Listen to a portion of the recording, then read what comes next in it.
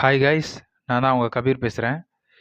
இப்போ இந்த கேரளா கேஸ் வந்து இந்த கிரீஷ்மா ஷேரான் அப்படின்ற அந்த பொண்ணு, அந்த லவ் பண்ண அந்த பையனை வந்து விஷம் வச்சு ஸ்லோ பாய்சன் கொடுத்து கொடுமையாக கொண்டிருக்கிறதா கேள்விப்பட்டேன்.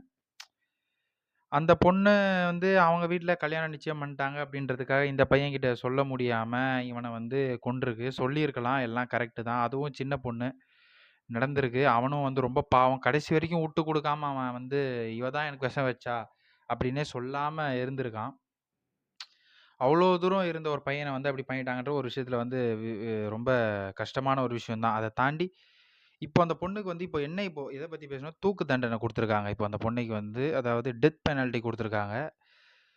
எனக்கு தெரிஞ்சு அந்த பொண்ணு மன்னிப்பு கேட்குது, சின்ன பொண்ணு, எல்லாம் ஓகே. ஸோ வந்து மொத்தம் 2 பேருமே வந்து நல்லவங்க.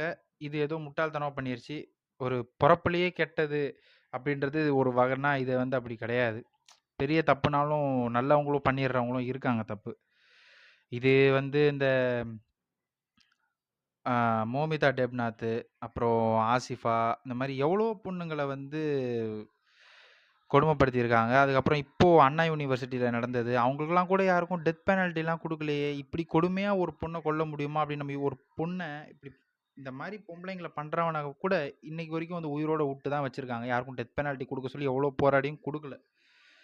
இந்த பொண்ணை மன்னிச்சு விட்டு ஒரு வாய்ப்பு தான் கொடுக்கலாமே. ஏன் இந்த பொண்ணு இப்போ பண்ணிருச்சுன்றக்க உடனே நாங்கள் டெத் பெனால்ட்டி கொடுக்குறோம் அப்படின்னு சொல்லி உடனே எல்லாரும் பாராட்ட எனக்கு ஒன்றும் புரியல.